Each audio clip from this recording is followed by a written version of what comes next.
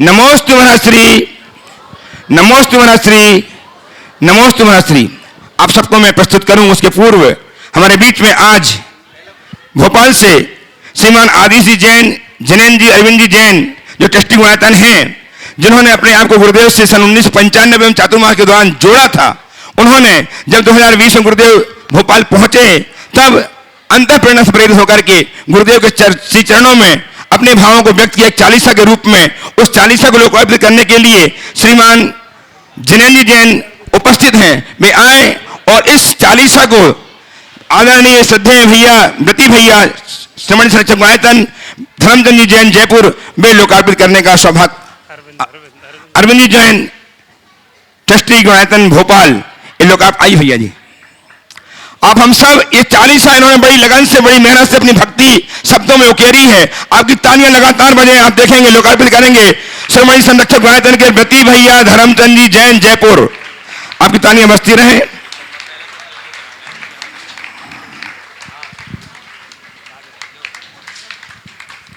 और प्रथम प्रश्न के लिए उपस्थित होंगे पवन कुमार जी, पीयूष जी, प्रवेश जी जैन ट्रस्टी गुणायतन, रुचि क्षितिज जैन 40 के साथ। हाँ, 40 की प्रति यहाँ उपलब्ध है, बाद में आप लोग इस 40 की प्रति ले सकते हैं। उपस्थित हो पवन कुमार जी, पीयूष जी, प्रवेश जी ट्रस्टी गुणायतन, रुचि क्षितिज के साथ।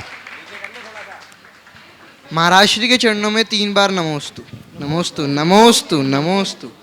महाराज श्री, गुणियातन मंदिर में जो बगुला आकृति है बनी हुई है, वह क्या दर्शाती है? समुद्र जीव बागुला जो है, उसकी जो आकृति है वो क्या दर्शाती है? कृपया मार्गदर्शन दे। बागला नहीं है, वो बागला है। बागला, हाँ, वो एक्चुअल में एक प्रतीकात्मक आकृति है और ऐसा मंदिरों के बाह्य परिसर में लगाया जाता है।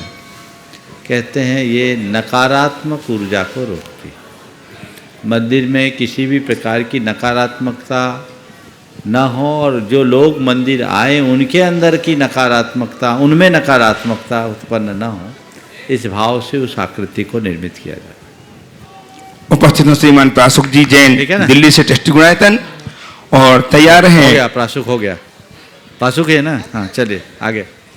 तैयार हैं श्रीमान, उपस्थित हों श्रीमान पवन चंद जी, चंदा जी जैन, काठमांडू से विमान पुण्यार्जक, काठमांडू से उपस्थित हुए गुरुदेव के चरणों में उपस्थित हों, प्रश्न प्रस्तुत करें। और तैयार हैं श्रीमान सुरेंद्र कुमार जी पाटनी, प्रतिभा जी पाटनी, निखार जयपुर। नमोस्तु महाराज श्री, नमोस्तु महाराज श्री, नमोस्तु महाराज श्री।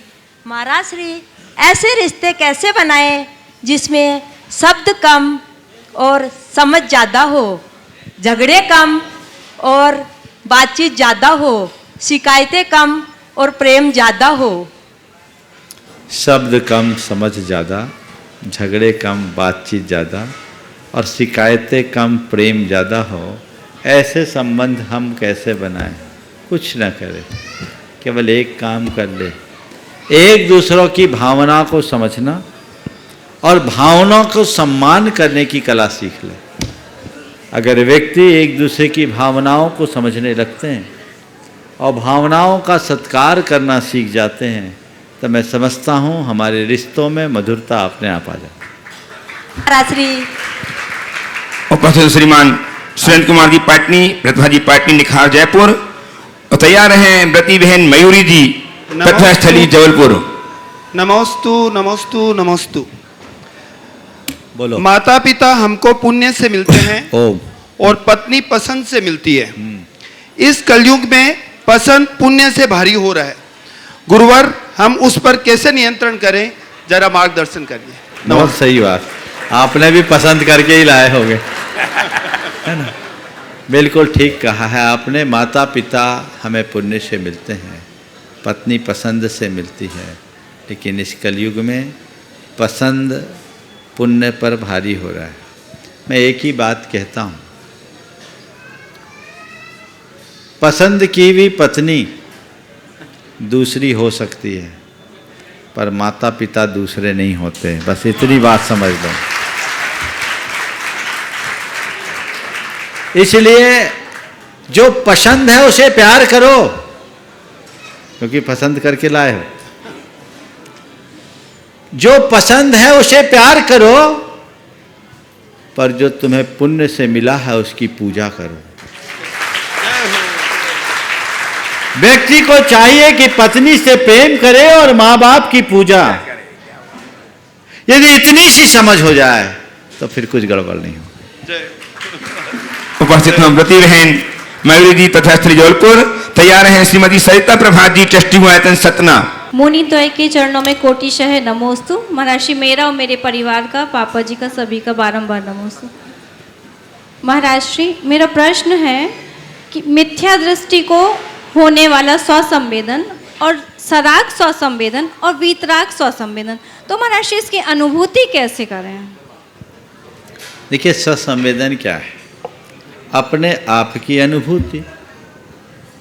अब हम अपने आप को किस रूप अनुभव करते हैं उससे हमारी परिणति होती है। जैसे कोई व्यक्ति अपने आप को सुखी दुखी रूप अनुभव करता है, शरीर रूप अनुभव करता है, बाह्य चीज़ों से संबद्ध अनुभव करता है, तो उसे भेद विज्ञान नहीं। ऐसा व्यक्ति भेद विज्ञान विहीन है और भेद विज्ञान शून्य होने के कारण वो मिथ्या दृष्टि है। वह तन की उत्पत्ति में अपनी उत्पत्ति, तन के विनाश को अपना विनाश मान करके चलता है। तो वो देह के साथ एकात्म बोध होने के कारण उसकी संपूर्ण अनुभूति देहाश्रित या देह के साथ जुड़े हुए संयोगों से जुड़े होते हैं। इसको बोलते हैं मोह युक्त सत्संवेदी, जहाँ आत्मा का बोध नहीं, शरीर में ही आत्मबुद्धि है। इसके बाद जिसे अपनी आत्मा का बोध जग जाता है, सम्यक दृष्टि तो हो गया, लेकिन अभी अंतरंग में राग है, तो अपने आप को राग सहित महसूस करता है। तो जब राग सहित महसूस करते हैं तो वह कहलाता है सराग संवेदन। जैसे भेद विज्ञानी होने के बाद भी मैं अपने आप को मुनि मानूं, मैं मुनि रूप अनुभव करूं, यथार्थ मुझे पता है ना मैं मुनि हूं ना अमुनि हूं, मैं तो बस हूं, लेकिन फिर भी मैं अपने आप को मुनि मानता हूं। ये मेरा सराग स्वसंवेदन है। भेद विज्ञान के बाद जब राग सहित अनुभूति होती है उसको बोलते हैं सराग स्वसंवेदन। इससे ऊपर की अवस्था है वीत राग स्वसंवेदन, जहां केवल मैं हूं और कुछ नहीं। विशुद्ध आत्मा की अनुभूति ही वीतराग स्वसंवेदन है, जो केवल और केवल वीतरागी योगियों को होती है और किसी को नहीं। आइए श्रीमती सरिता जी प्रभात जी जैन ट्रस्टी आयतन सतना से तैयार हैं श्री तपन जी मेहंदाबाद खांडू कॉलोनी बांसवाड़ा से। नमोस्तु महाराज श्री। महाराज श्री, जो त्वचा है वह स्पर्शन इंद्रिय का विषय है, और त्वचा के अंदर जो हड्डियां हैं, मांस हैं, इंटरनल ऑर्गन है जैसे किडनी, लिवर, हार्ट, सारा, तो ये किस इंद्रिय का विषय है? क्योंकि संवेदन तो यहाँ भी होता है।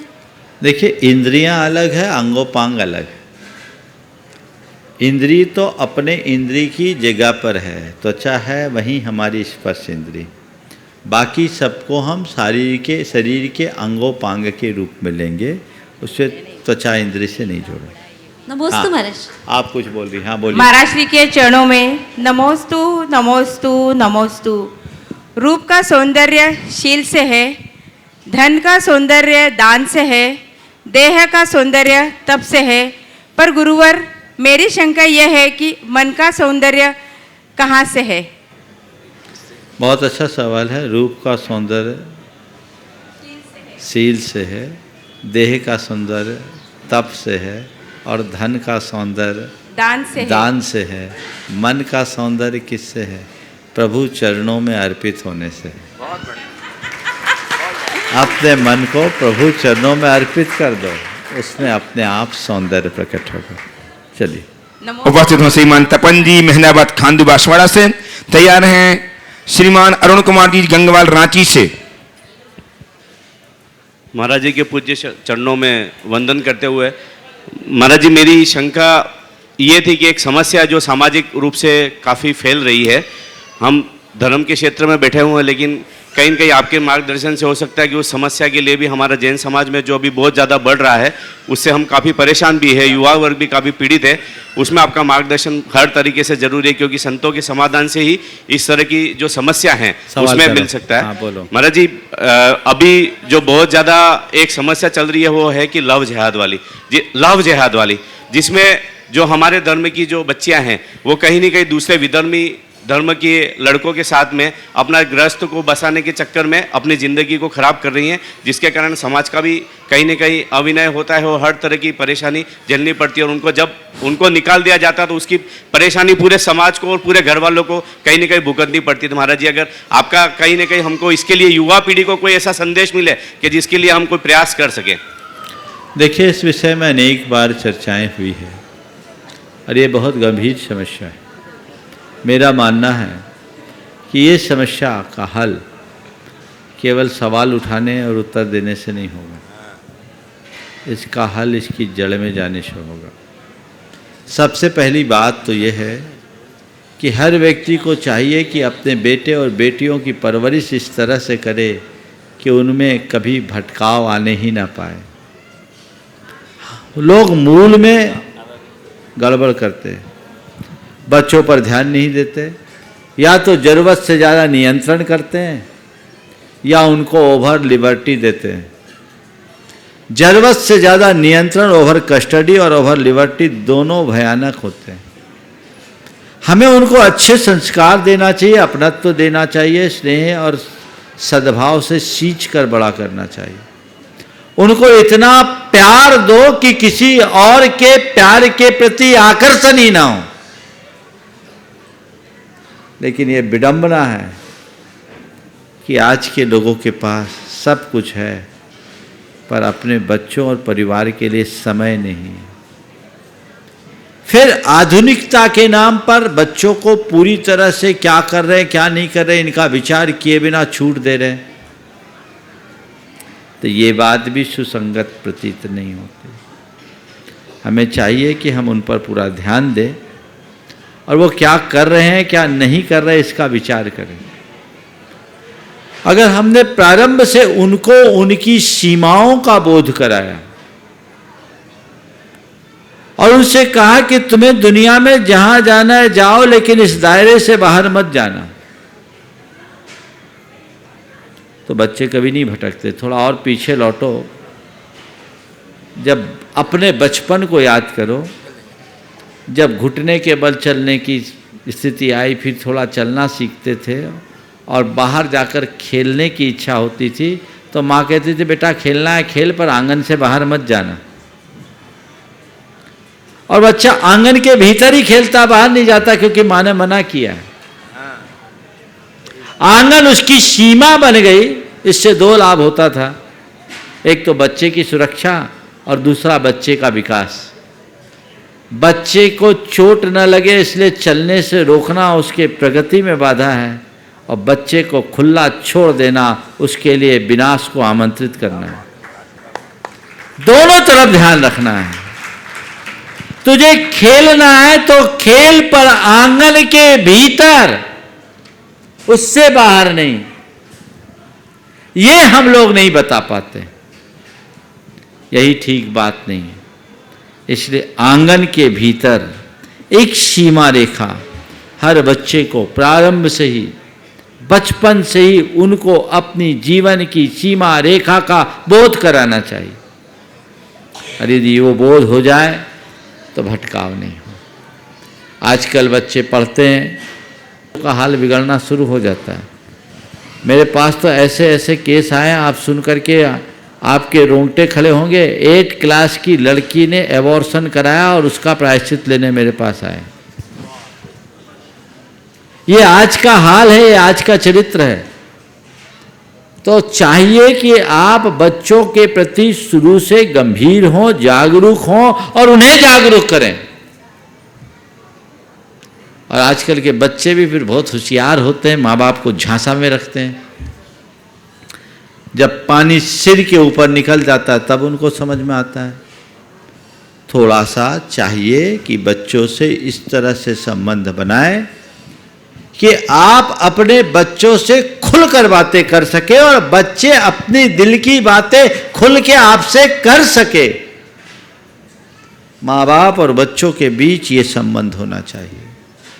इस संबंध के अभाव में अक्सर बहुत सारी बातें ऐसी होती है जो माँ बाप से छिपा देते हैं, और जो बातें माँ बाप से छिपाई जाती है वो कभी हितकर नहीं होती, वो नासूर बनती है।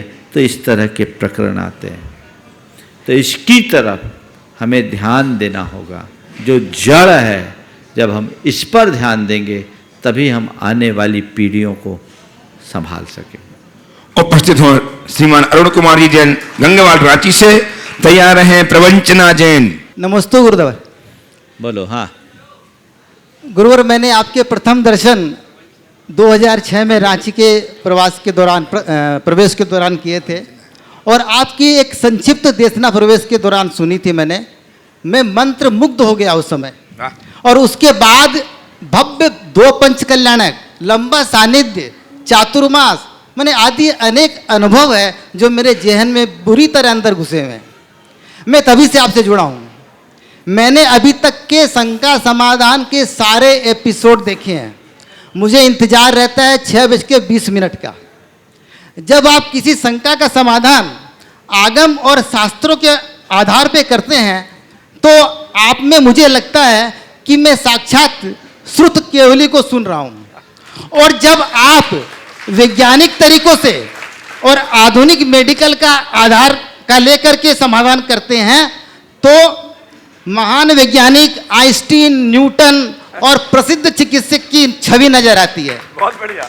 और जब आप तार्किक और मनोवैज्ञानिक तरीके से विवेचना करते हैं तो मुझे महान दार्शनिक ओशो और अन्य विभूतियों की आभास होता है। और अब तो जब से आपने भावना योग जैसे सकारात्मकता पर देशना देने शुरू कर दिया है तो देश विदेश के नामी गिरामी मोटिवेटर भी फीके लगते हैं। अनेक बार तो मेरे रोंगटे खड़े हो जाते हैं जब आपके द्वारा समाधान पर बहुत रोमांचित हो उठता उस समय। अब प्रश्न मेरा यह है कि क्या ये मेरा प्रति आपके प्रति राग है, प्रेम है? क्योंकि आजकल कभी कभी मेरे सपने में भी आते हैं आप। क्या बात, बहुत बढ़िया। देखो, मुझे नहीं पता कि आपको मुझ में क्या क्या दिखता है, और ना मैं कभी एक देखने की कोशिश करता हूँ, ना जानने की कोशिश करता हूँ कि आप लोग मुझे किस किस रूप में देखते हैं। आपकी आंखें हैं, आपकी दृष्टि है, जैसे दिखे वैसे देखो और जो दिखे वो देखो। मैं तो केवल अपने आप को देखता हूँ, और बस अपने आप को जब बाहर देखता हूँ तो एक छोटा सा मुनि देखता हूँ, और भीतर देखता हूँ तो एक विशुद्ध आत्मा देखता हूँ। इसके अलावा और कुछ नहीं।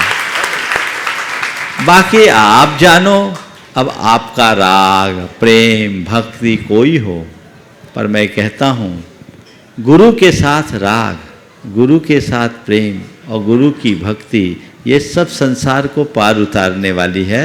और कहीं का राग तो तुम्हें बाधा डालेगा, यहाँ का नहीं। इसलिए राग हो तो भी चलेगा, प्रेम हो तो भी चलेगा, भक्ति हो तो भी चलेगा, क्योंकि यही तुम्हें शक्ति देगी और जीवन को आगे बढ़ाएगी। नमस्ते। आइए प्रवंचना जी, और तैयार हैं श्रीमती चंद्रमाला अशोक जी शर्मा भोपाल से, ट्रस्टी गुणायतन। नमोस्तु महाराज जी, नमोस्तु नमोस्तु नमोस्तु महाराज जी। जैसे हम लोग शिखर जी आने का प्रोग्राम बनाते हैं तो जो भी परिचित लोग मिलते हैं तो हम सबसे कहते हैं कि हम शिखर जी जा रहे हैं, हम शिखर जी जा रहे हैं, सबको बताते हैं। तो सामने वाले को हम दुखी कर, जो नहीं आ पा रहे हैं उनको दुखी करके आते हैं कि अपनी खुशी व्यक्त करते हैं। ना हम दुखी करते हैं ना अपनी खुशी व्यक्त करते हैं, उसको शिखर जी आने के लिए प्रेरित करके आते हैं। चलिए। चंद्रमाला जी अशोक जी शर्मा भोपाल से, ट्रस्टी गुणायतन उपस्थित हो। तैयार हैं श्रीमती कृष्णा बाई जी की पुत्री जो मंडल प्रतिमा और विमान पुण्यार्जक हैं, उनकी बेटी श्रीमती मीना जी बेंगलोर से। नमोस्तु महाराज जी, नमोस्तु महाराज जी। महाराज जी, आजकल सिद्ध चक्र विधान सभी जगह हो रहे हैं, लेकिन इस विधान में सभी पुण्यार्चक द्रव्य सामग्री और वस्त्र वितरित करते हैं। द्रव्य सामग्री भी पुण्यार्चक की होती है, यहाँ तक तन के कपड़े भी पुण्यार्चक के होते हैं, तो फिर हमें क्या पुण्य मिलेगा? देखो, ये तो एक सहयोग है, एक बड़ा अनुष्ठान हो रहा है। अनुष्ठान में जहाँ भी इस तरह के अनुष्ठान होते हैं, एक व्यवस्था होती है। उस व्यवस्था के अंतर्गत लोगों से एक राशि लेते हैं, उससे उसकी सारी व्यवस्थाएं बनती हैं। तो जो भी उस विधान में सम्मिलित होने वाले लोग हैं, उन्होंने अपना वो योगदान दिया, तो फिर उनको किसी भी प्रकार का दोष नहीं। अब रहा सवाल दूसरों को के द्वारा दिया जाए कि कोई किसी चीज़ का पुण्यार्जक, कोई किसी चीज़ का पुण्यार्जक, कोई किसी चीज़ का पुण्यार्जक, तो ये तो अच्छी बात है कि इस निमित्त से किसी दूसरे व्यक्ति को योगदान देने का सौभाग्य मिला।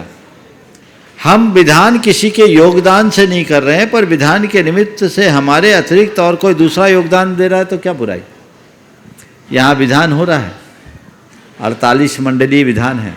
होना तो ज़्यादा था, जगह की सीमा के कारण उसको 48 में ही सीमित किया गया, पर सबने अपना योगदान दिया। इसके अतिरिक्त 108 जोड़े बोले थे, वो भी बहुत ज़्यादा हो गए, उनने अपना दे दिया, इसलिए उनको कोई दोष नहीं।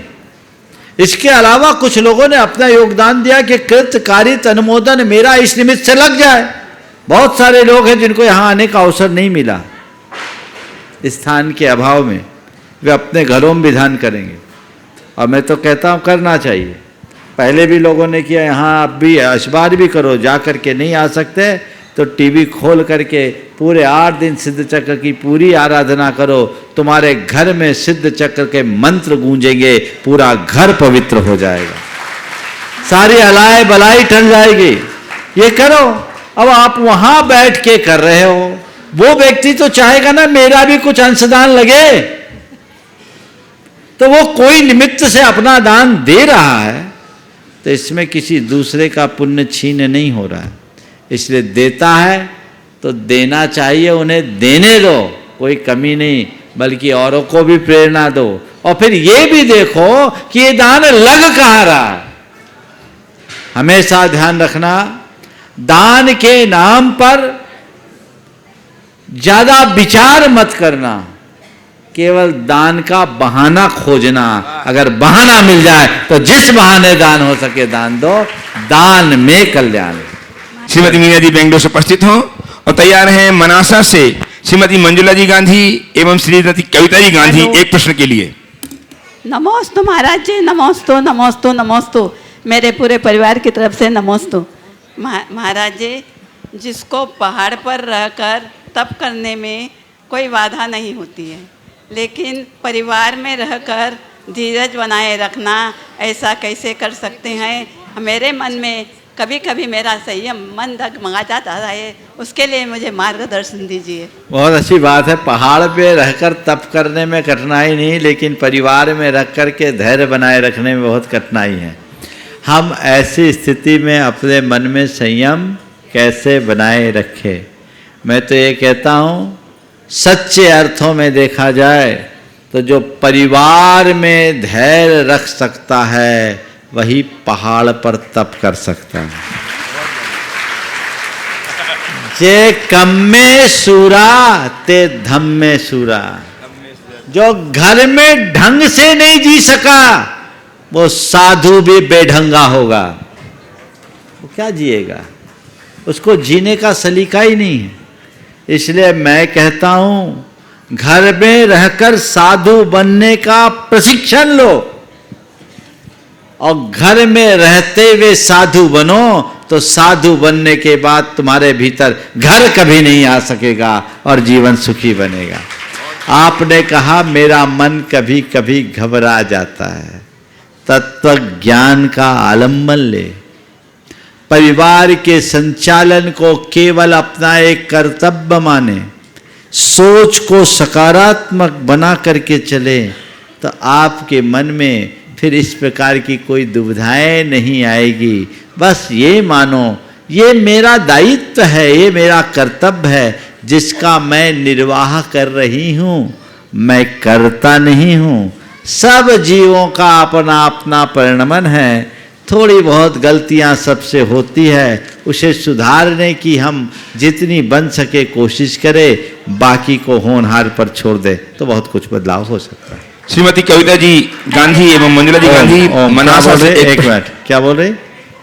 मेरे को ऐसा आशीर्वाद दो कि मैं ऐसे मेरे संयम में आगे बढ़ सकूं। बस माता, अब तो आपको आगे बढ़ने का ही समय है, नाव किनारे आ गई है, अब बाकी पीछे वाले को सोचो। चलो।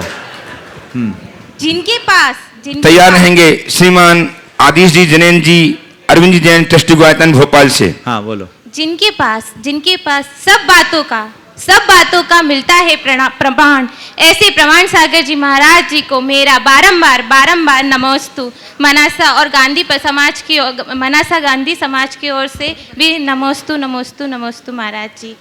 महाराज जी, मेरा प्रश्न यह है कि जो ऐसा कहा जाता है कि यहाँ से वहाँ से ऐसे मंदिर उड़कर आते हैं, चमत्कार होते हैं, तो ऐसे पंचम युग में क्या इन बातों में कोई सच्चाई है? क्या ये सब संभव है? अरे हो या न हो, बातें हैं उनको मान लो, क्या फर्क पड़ता है। मंदिर उड़ के आए या न आए, बातें तो उड़ के आ सकती है। बोलो। मंदिर उड़ के आए या ना आए, बातें उड़ के आ सकती है, तो हम इन सब चीजों में पड़ताल क्यों करें? अरे भाई, मंदिर उड़ के आया है, हमारा सौभाग्य है, अच्छी बात है, हम उड़ के दर्शन करें ना, ऐसा भाग्य रखो, ऐसा भाव रखो।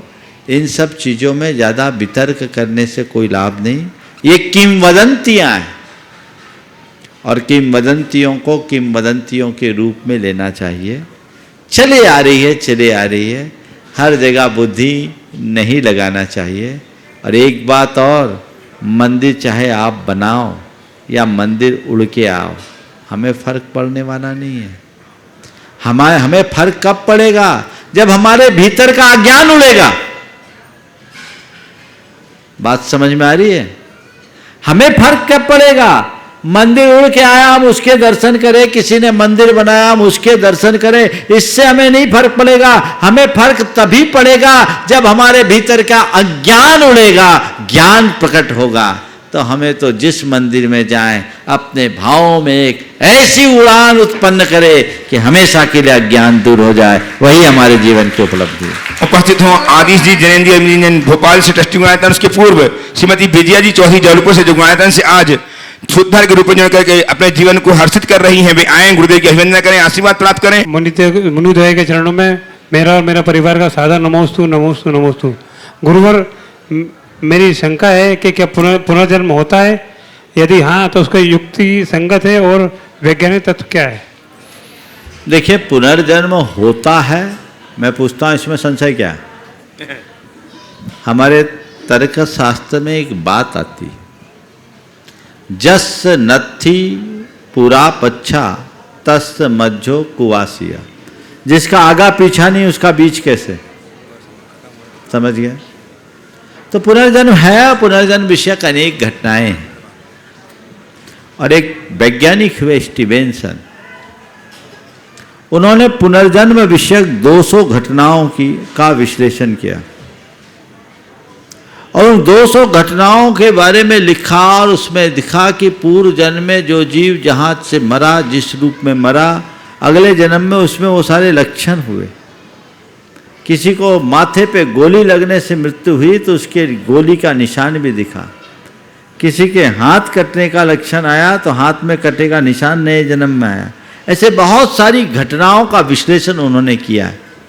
इन आधारों पर हम कह सकते हैं कि पुनर्जन्म के विषय में वैज्ञानिक खुले तौर पर मान्यता भले न दे, पर उसे काटने की क्षमता भी उनके पास नहीं है। आज तक कोई विज्ञान का सिद्धांत इस बात को पूरी तरह से स्थापित नहीं कर पाया कि पुनर्जन्म नहीं है, क्योंकि जो है उसे नकारा नहीं जा सकता। उपस्थित हो इंदौर से श्रीमान हितेशी जैन, और तैयार हैं अर्पिता जैन अशोकनगर मध्य प्रदेश से। महाराज द्वय के चरणों में बारंबार नमोस्तु नमोस्तु नमोस्तु। महाराज जी, मेरा प्रश्न आज के लोक व्यवहार से जुड़ा है। आज सरल स्वभावी होना और सत्यवचनी बनना बहुत कठिन होता जा रहा है, क्योंकि कुछ बनावटी और कपटी लोग, और ये इनके कारण हम कहीं प्रभावित हो जाते हैं या वो हमारे प्रभाव को अपनी तरफ खींच ले जाते हैं। एक कहावत है कि चंदन के पेड़ पे सांप लिपटा हुआ रहता है मगर चंदन अपनी खोता नहीं है। मगर आज की डेट में उल्टा हो रहा है, मतलब आज चंदन पे सर्प का प्रभाव ज़्यादा बढ़ता जा रहा है। ऐसे में कहीं हम ठगा महसूस करते हैं, तो ऐसी स्थिति में हम क्या करें? हम अपना स्वभाव उन परिस्थितियों के अनुसार बदलें या फिर हम उसके अनुसार चलते रहें जैसा हमारा स्वभाव है? मैं तो ये कहूँगा, जिस व्यक्ति के हृदय में प्रगाढ़ सत्य निष्ठा होती है वो कभी अपने उसूल से नहीं भटकता। अगर हम कहीं असत्य की ओर झुक रहे हैं, बाहरी परिस्थितियों से प्रभावित हो रहे हैं, तो इसका मतलब साफ है हमारी निष्ठा कहीं न कहीं दुर्बल है। और जिस व्यक्ति की निष्ठा दुर्बल है वो व्यक्ति कहीं भी धोखा खा सकता है। हम सत्यनिष्ठ बने, प्रगाढ़ सत्य निष्ठा के साथ जिए, उस दुर्बलता से अपने आप को बचाएं, तो हम अपने जीवन के पथ को प्रशस्त कर सकते हैं। फिर ज़्यादा कहने और सोचने की बात नहीं होगी। लेकिन अगर कहीं इस तरह की ढिलाई होती है तो फिर बहुत सारी बातों का सामना करना पड़ेगा। मैं ये मानता हूँ जिस पेड़ की जड़ मजबूत है वो बड़े बड़े झंझावात को भी झेल सकता है, और जिसकी जड़ कमज़ोर है वे हल्के से झोंके से भी टूट जाती है। अपनी जड़ को गहरी बनाओ।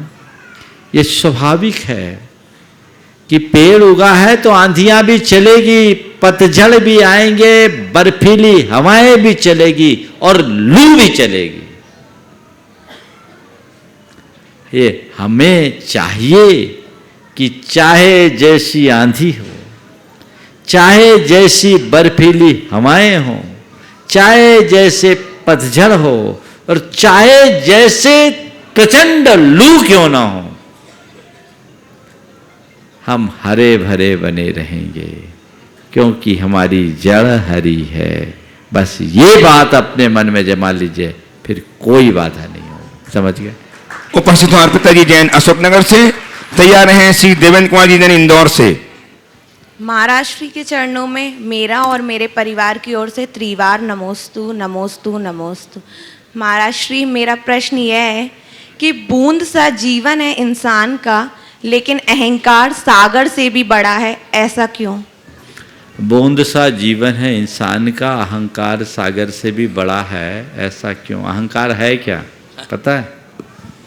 अहंकार कहते क्या है, किसको है? बूंद को सागर मान लेना। बूंद होते हुए भी अपने आप को सागर मानने का नाम ही तो अहंकार है। समझ गए?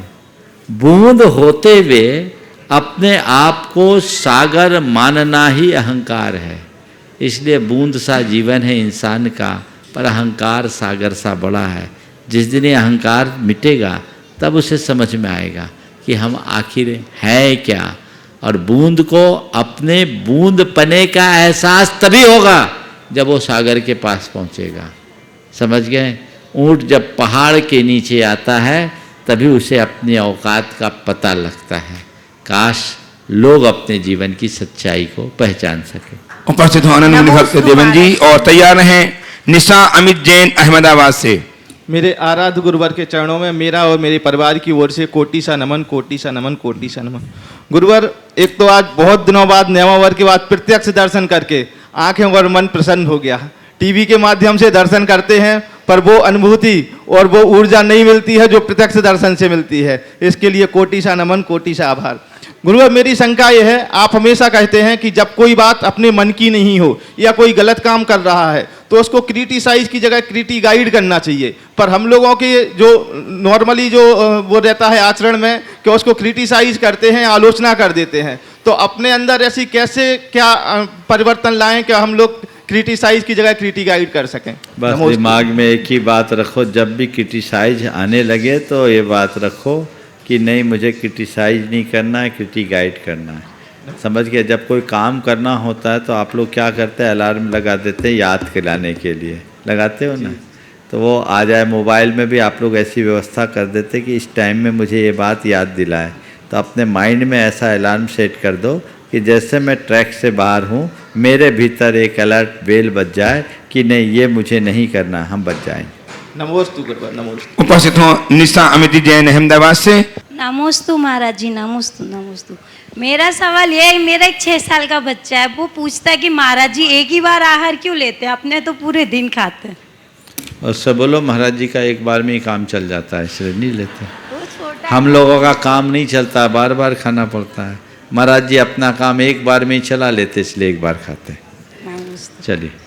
और श्रीमती विजय जी चौधरी जौलपुर से जो सूत्रधार के रूप में अपने आप को जोड़ करके हर्षित हैं, वे आए, गुरुदेव की अभिवंदना करें, आशीर्वाद प्राप्त करें और इनका सम्मान करके श्रीमती शकुंदी श्री ब्रह्मचारी बहन शकुंदी दीदी इनका सम्मान करके गुणाधनी गौरव को मंडित करेंगी। अभी नहीं है, चलो। और आप बैठे रहेंगे कार्यक्रम के तुरंत उपरांत। अगला प्रश्न उपस्थित हो हिना जैन। हिना जी उपस्थित हो। एक मिनट, हाँ बोलिए, अपना नाम बोल नमस्तु दीजिए। नमस्तु नमस्तु। अपने जीवन में मुझे बहुत अच्छा संपूर्ण परिवार मिला है, लेकिन मुझे पारिवारिक जिम्मेवारी निभाने के साथ साथ व्यापारिक कार्यक्रम में भी अपना घर वालों के साथ सहयोग करना है, क्या मैं कर सकती हूँ? पारिवारिक जिम्मेदारियों को निभाने के साथ व्यावहारिक कार्य में भी घर वालों का सहयोग करना है, क्या मैं कर सकती हूँ? मैं कहता हूँ अगर आप अपने पारिवारिक जिम्मेदारी को बखूबी निभा रहे हैं और व्यापारिक सहयोग में आपकी पारिवारिक जिम्मेदारियां प्रभावित नहीं हो रही है तो जी भर करके करे, कोई मना ही नहीं। लेकिन एक सावधानी जरूर रखना, कहीं ऐसा ना हो कि व्यापारिक जिम्मेदारियों को संभालते संभालते आप एक गृहिणी होने की जगह व्यापारी बन जाओ। ये बहुत खतरनाक है। अगर आप जब तक गृहिणी बनी रहोगी तो घर की सारी जिम्मेदारियां अच्छे से निभा पाओगी, लेकिन जिस दिन एक व्यापारी बन जाओगी तो घर में भी व्यापार चलने लगेगा। समझ गए? परिवार और व्यापार में एक बड़ा अंतर होता है। व्यापार में नफा नुकसान देखा जाता है, अब परिवार में अच्छा बुरा देखा जाता है। जब तक आप गृहिणी हो तब आप अच्छा और बुरा देखोगे, लेकिन जिस दिन आप व्यापारी बन जाओगे तो हर बात में नफा और नुकसान दिखेगा। वो खतरनाक है। समझ गए? इसमें हमको क्या प्रॉफिट होगा? इससे घर नहीं चलेगा, दुकान चलेगा। मैं कहता हूं घर को घर बनाए रखना, उसे दुकान मत बनने देना। घर में परिवार होता है, परिवार के सदस्य होते हैं, और दुकान में तो बिकाऊ आइटम होता है। बात समझ रहे हैं? दुकान में बिकाऊ आइटम होता है, वो बाजार है। इसलिए परिवार को परिवार रखिए, बाजार नहीं। घर का हर सदस्य हमारा हृदय प्राण है, वो बिकाऊ सामान नहीं। इतनी समझ अंदर होनी चाहिए। और इस भेद रेखा को ध्यान में रखते हुए यदि कोई व्यक्ति अपने घर परिवार के संचालन के साथ व्यापारिक कार्यों में योगदान देता है तो कतई बुरा नहीं है। इसे होने में मेरी तरफ से कोई अब बाधा नहीं। नमोस्तु। बोलिए परम पूज्य आचार्य गुरुवर श्री विद्यासागर जी महाराज की।